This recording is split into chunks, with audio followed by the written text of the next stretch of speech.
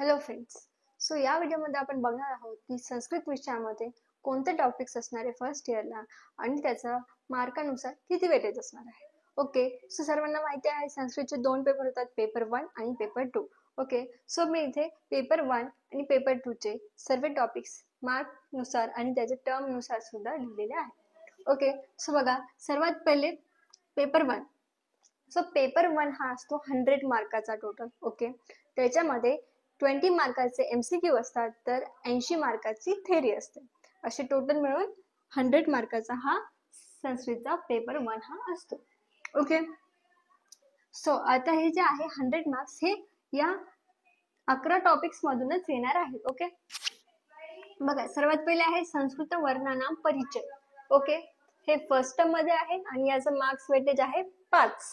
Okay, 5 मार्कला हा fix येणार आहे टॉपिक.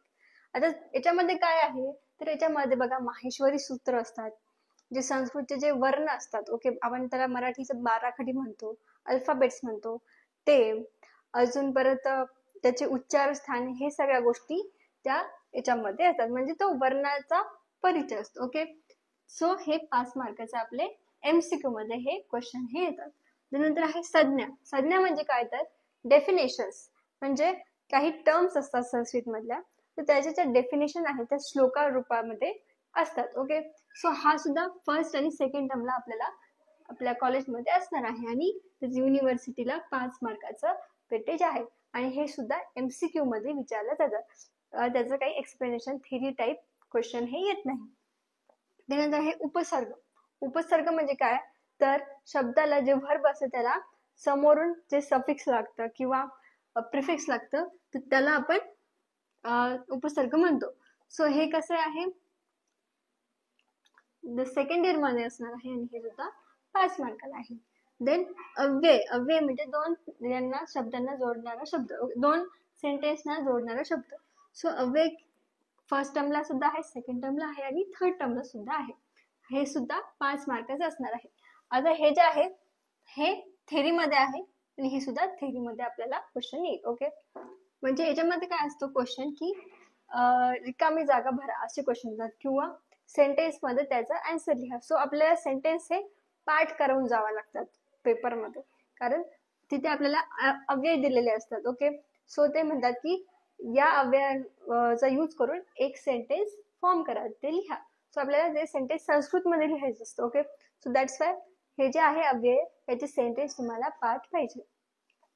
त्यानंतर आहे कारक. सो कारक म्हणजे काय, तर कारक हे विभक्तीचे कारक असतात, म्हणजे सपोज आपण त्याला सपोर्टिव्ह वर्ब असं म्हणू शकतो. सो हे जे कारक आहे ते हे फर्स्ट टर्मला देखील आहे, सेकंड टर्मला आणि थर्ड टर्मला देखील आहे आणि हे 15 मार्काचा आहे, म्हणजे 5 मार्काचा SCQ तर 1 मार्काचा LEQ हा कारकवर असणार आहे. ओके, ठीक आहे. त्यानंतर आहे संधी. संधी म्हणजे काय, तर दोन वेगवेगळे शब्द ते जेव्हा एकत्र येतात त्याची संधी होते. ओके, म्हणजे त्याचा एक शब्द जेव्हा तयार होतो त्याला संधी म्हणते. सो संधी सेकंड इयरला आहे आपल्याला आणि ती 15 मार्कला आहे. 5 मार्काचा SCQ आणि 10 मार्काचा LEQ. त्यानंतर समास. समास सुद्धा दोन सेंटेन्सला जोडणारा शब्द असतो. ओके, तर तो सेकंड टर्मला आहे, 15 मार्काचा आहे. 5 मार्काचा SCQ आणि 1 मार्काचा LEQ आपला समासचा असणार आहे. ओके, त्यानंतर शब्दरूपानी. ओके, शब्दरूपानी म्हणजे आपण त्याला म्हणू शकतो की शब्द असतात काही, म्हणजे वर्ड असतात, काही वर्ड्स असतात त्यांचे सिंग्युलर, प्लुरल, आपण म्हणू शकतो की असं मराठीमध्ये प्रथम पुरुष, ठीक आहे, मध्यम पुरुष, उत्तम पुरुष, तसं ते तिथे स्ट्रक्चर आपल्याला शब्दरूपानी मध्ये ते विचारतात. ओके, ते फर्स्ट टर्मला आहे आणि 10 मार्काला युनिव्हर्सिटीला येतं. ओके, त्यानंतर आहे धातुरूपानी म्हणजे काय, तर व्हर्बचं फॉर्मेशन, म्हणजे व्हर्ब सिंग्युलर, प्लुरल, प्रथम पुरुष, okay, first person, second person, third person, तसं हे धातुरूपानी आहे व्हर्बचं. ओके, सो हे सुद्धा 10 मार्काला आहे. नंतर आहे प्रत्यय. प्रत्यय म्हणजे काय की त्या शब्दाला एक प्रत्यय लागेल, म्हणजे त्याचा एक शेवटचा आपण त्याला जॉईंट एक अक्षर म्हणू शकतो. ओके, सो हे प्रत्यय सुद्धा सेकंड टर्मला आहे आणि ते 10 मार्काला असतं पेपर मध्ये. आणि विशेष विशेष्य याच्यात फक्त हे MCQ साठी येऊ शकतं आपल्याला, म्हणजे ते फाइंड आउट करायचं आहे की या शब्दाचं कोणतं ते विशेष आहे. ओके, आपण म्हणू शकतो त्याला. ओके, म्हणजे आपण बघतो ना सिमिली या याच्यामध्ये सपोज हेअर्स, आपण एक एक्झाम्पल घेतो बघा, इंग्लिश ग्रामर मध्ये सुद्धा असतात ना की आपण एकाला दुसऱ्याची उपमा देतो. ओके, उपमान आणि उपमेय. सो हेच आहे विशेषण विशेषणामध्ये. ओके, जे टाइप्स आहेत ते सुद्धा 5 मार्क. ठीक आहे. सो हा फर्स्ट पेपर आहे आणि याच्यामधलं बघा मी मोस्ट ऑफ दी कव्हर केलेलं आहे ऑलरेडी. माझे जे प्लेलिस्ट आहे संस्कृतची त्याच्यामध्ये आहे. त्याच्यामध्ये परिचय आहे, संज्ञा आहे, सॉरी संज्ञा नाहीये, परिचय आहे, उपसर्ग आहे, अव्यय आहे, कारक आहे, संधी आहे. ओके, हे सर्व त्याच्यामध्ये कव्हर आहे. फक्त आता बाकीचे आहे ते सुद्धा मी कंटिन्यू करणार आहे. ओके, तर नेक्स्ट आहे बघा संस्कृतचा पेपर 2. ओके, सो संस्कृतचा पेपर 2 थोडासा डिफरंट आहे कारण याच्यामध्ये आयुर्वेद इतिहास याचं सुद्धा ऍडिशन झालेलं आहे. सो आयुर्वेद इतिहास जे आहे ते आपल्याला MCQ मध्येच असणार आहे आणि MCQ म्हणजे 20 मार्काचाच हे आयुर्वेद इतिहास हा असणार आहे आपल्याला संस्कृतच्या पेपर 2 मध्ये. ओके, सो बघा पहिले आपण थेरी बघूया. हे 80 मार्क्सची. सो बघा याच्यामध्ये निरुक्ती आणि पर्याय. निरुक्ती आणि पर्याय म्हणजे टर्मिनॉलॉजीस आणि त्याचे सिनोनिम्स हे तिथे असणार आहे. First term, second term, third term तिघांचे पण तिथे येणार. 15 मार्काचा हा असणार आहे. एक LQ एक SQ. नंतर परिभाषा. परिभाषा म्हणजे डेफिनेशन्स आणि त्याचं एक्सप्लेनेशन सुद्धा तिथे लिहायचं असतं. बघा याचं थर्ड टर्म, तिन्ही टर्म मध्ये हे येणार आहे. तिन्ही टर्मचे डिफरंट असणार आहे, एकच नाही. आणि नंतर फायनलला आपल्याला 20 मार्काचा याच्यातून येईल तिन्ही टर्म मधून कोणतं पण. नंतर अन्वय लेखन. अन्वय लेखन म्हणजे काय की सपोज एखादं बघा जे श्लोक असतात ते कवितेच्या रूपात असतात. ओके, ते एका लिरिक्स मध्ये असतात, म्हणजे एका लिरिकल वे मध्ये असतात की त्याच्यामध्ये राईम्स असतात, रिदम असतात. पण जर आपण त्याला आपण जसं भाषा बोलतो साध्या भाषेत, जसं की इंग्लिश मध्ये बघा सेंटेन्स जसं असतं सब्जेक्ट व्हर्ब आणि ऑब्जेक्ट. ओके, तर तशा रूपामध्ये आपल्याला ते कन्वर्ट करायचं असतं.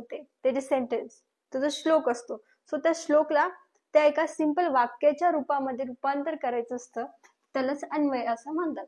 मग अन्वय लेखनमध्ये ते अन्वय बनवायचा, तसा त्याचा अर्थ लिहायचा, त्याच्यात शब्द कोणते, धातू कोणते आहेत हे सर्व तिथे आपण लिहू शकतो. ओके, सो बघा याचं खूप वेटेज जास्त आहे. 30 मार्काचा हा क्वेश्चन तिथे येणार आहे. ओके, नंतर पंचतंत्राच्या कथा. ओके, 5 कथा आहेत पंचतंत्राच्या. आपण लहानपणी ऐकलेल्या आहेत सर्वांनीच, मोस्ट ऑफ दी जणांनी ऐकलंच असेल. सो त्या आहेत, पण ट्रिक आहे त्याच्यामध्ये कारण ते आता संस्कृत मध्ये आहे. सो थोडस अंडरस्टँड करायला ते हार्ड जाईल. तर मग त्याचे क्वेश्चन कसे येणार की ट्रान्सलेट करा मराठीत तुमच्या मातृभाषेत. ओके, नंतर किंवा ट्रान्सलेशन देईल त्याला वापस संस्कृत मध्ये करा. सो असं हे सर्व येऊ शकतं. हे 15 मार्काला. सो असा हा 80 मार्काचा थेरी पेपर. म्हणजे 20 मार्काचे जे MCQ येतील ते या आयुर्वेद इतिहासामध्ये येतील. सो बघा मग याच्यात काय काय, उत्पत्ती टाइम पिरियड्स ऑफ आयुर्वेद. आयुर्वेदाची उत्पत्ती कशी झाली, निर्माण कसं झालं. ओके, नंतर origin and lineage of Ayurveda, Veda, Upanishad आणि पुराण याचे सुद्धा त्याच्यामध्ये ओरिजिन आणि टाइम पिरियड सांगितलं आहे. हे फर्स्ट टर्म मध्ये, हे 5 मार्काला. नंतर structure and specialities of Ayurveda संहिता आणि कमेंटेटर्स, म्हणजे जे संहिता आहे, चरक संहिता, वाघ संहिता, वाघभाट, सुश्रुत संहिता आणि त्यांचे जे टीकाकार असतात. ओके, सो त्यांचं याच्यामध्ये वर्णन आहे. ते आपल्याला त्यांची डेट्स किंवा काय तयार केलं, त्याच्यात किती अध्याय आहे, किती सूत्र आहेत ते सर्व पाठ करायचं. ओके, ते नंबर असणार आहे ते सर्व लक्षात ठेवायचे. आणि टीकाकाराची सुद्धा कोणती टीका लिहिली, कोणता ग्रंथ, ते सुद्धा तिथे लक्षात ठेवायचं. MCQ येणार 5 मार्काला. नंतर स्ट्रक्चर अँड कॉन्ट्रीब्युशन्स ऑफ लघुत्रयी. लघुत्रयी म्हणजे काय बघा, जे चरक, अष्टांग आणि सुश्रुत आहे. ओके, या तिघांचं मिळून बृहत्त्रयी होतं. तर जे माधव निदान आहे, म्हणजे ठीक आहे माधव आहे, परत शारंगधर आहेत. ओके, तर आणि अजून एक आहे, तर त्यांच्या तिघांचं मिळून लघुत्रयी होतं. Okay, so Bhavprakash. ओके, या तिघांचं मिळून लघुत्रयी होतं. सो त्यांची सुद्धा वेगळ्या संहिता आहेत. सो त्याचे सुद्धा आपल्याला स्टडी करायचं आहे आणि ते सेकंड टर्म मध्ये आहे आणि दोघांचं मिळून 5 मार्क्स. नंतर origin period of different systems of medicine, म्हणजे आता आयुर्वेदाच नाही, पुऱ्या वर्ल्ड मध्ये डिफरंट टाइप्स ऑफ सिस्टीम तयार झाल्या असतील मेडिसिनच्या. सो त्याची सुद्धा इथे ब्रीफ स्टडी ही आपल्याला दिली आहे. नंतर वृक्ष आयुर्वेद, हस्त आयुर्वेद यांची स्टडी, म्हणजे आयुर्वेदासारखेच आता आयुर्वेद आहे ह्युमन साठी, वृक्ष आयुर्वेद हे वृक्षांसाठी आहे, हस्त आयुर्वेद हे हत्तींसाठी आहे, अश्व आयुर्वेद हे घोड्यांसाठी आहे, तसे हे तिथे आहे. ठीक आहे. नंतर आयुर्वेद ड्युरिंग डिफरंट रुलर्स, म्हणजे आपल्या इंडियामध्ये जसे वेगवेगळे राजे होऊन गेले, ज्यांचा काळ होता, जसं अशोकाचा काळ होता, मुघलांचा काळ होता, मराठ्यांचा काळ होता, पेशव्यांचा काळ होता, सो मौर्यांचा काळ होता. सो या सर्व काळांमध्ये आयुर्वेद कसा बदलला, काय तिथे डिफरंट तयार झालं का काही, सो ते तिथे याच्यामध्ये सांगितलेलं आहे. ओके. किंवा त्यांचे सुद्धा वेगवेगळे हे होते मेडिसिनल थिंग्स, सो ते याच्यात सांगितले आहे. हे तिघांचं मिळून 5 मार्क. आणि नंतर आहे contribution of scholars of modern era, म्हणजे जे आताचे रिसेंट मध्ये जे सुद्धा स्कॉलर्स आहेत, ओके, फिलॉसॉफर्स आहेत, स्कॉलर्स आहेत, जे डॉक्टर्स असतात, ओके, सो त्यांनी जे आयुर्वेदाबद्दल काही कमेंट केलं आहे, काही टीका केल्या आहेत, किंवा त्याचा सुधारणा किंवा बदलाव व्हावा, ते सर्व गोष्टी याच्यामध्ये आहेत. नंतर आहे globalisation of Ayurveda. Obviously Ayurveda हा आता सध्या ग्लोबली सर्वीकडे झालेला आहे. सो त्याचं जे ग्लोबलीकरण म्हणजे त्याचं ते ग्लोबलायझेशन झालंय, सो त्याच्याबद्दल इथे सांगितलेलं आहे. ओके. त्यानंतर आहे development of Ayurveda in post independence, म्हणजे स्वातंत्र्यानंतरच्या काळामध्ये आयुर्वेदाची कशी डेव्हलपमेंट झाली, कसं ते प्रचलित झालं, याचं सर्व याच्यामध्ये सांगितलेलं आहे. सो हे तिघांचं मिळून 5 मार्क. असा हे 20 मार्काचा MCQ पेपर यांनी तयार होतो आणि 80 मार्काचा थेरी यांनी, म्हणजे हे 100 मार्काचा पार्ट 2 आहे संस्कृतचा. ओके. पेपर 2 समजलं एवढं. चॅनलला लाईक करा, शेअर करा, सबस्क्राईब करा. हे सर्व मी माझ्या चॅनलवर प्लेलिस्ट मध्ये टाकणार आहे, तुम्ही तिथे बघा, तुम्हाला त्याचा नक्कीच फायदा होईल. थँक्यू.